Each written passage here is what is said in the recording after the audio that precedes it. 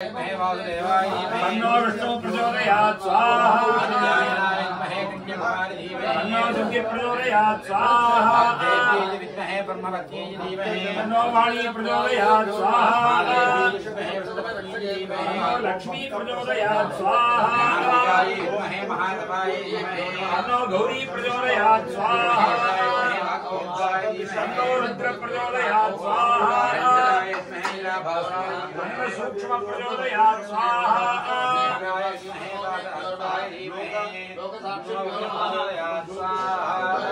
ओम भास्कराय विद्महे महादेवाय आदित्य प्रचोदयात् स्वाहा सागराय विद्महे गणानाथाय धीमहि चंद्र प्रचोदयात् स्वाहा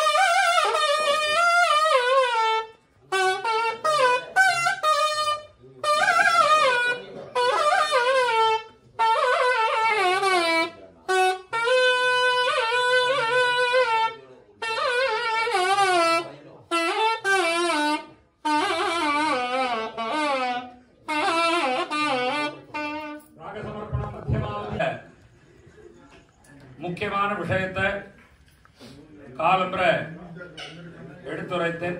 எதற்காக மகோத்சவம் பண்றோம் அப்படின்னு. இந்த மகோத்சவத்துல முக்கியமா நாம பண்ண வேண்டிய கிரியை சரியை, உடம்பினால பண்ணக்கூடிய கைங்கரியங்கள், அது என்னென்னலாம் நாம பண்றோமோ அது அத்தனையுமே கிரியைகள்.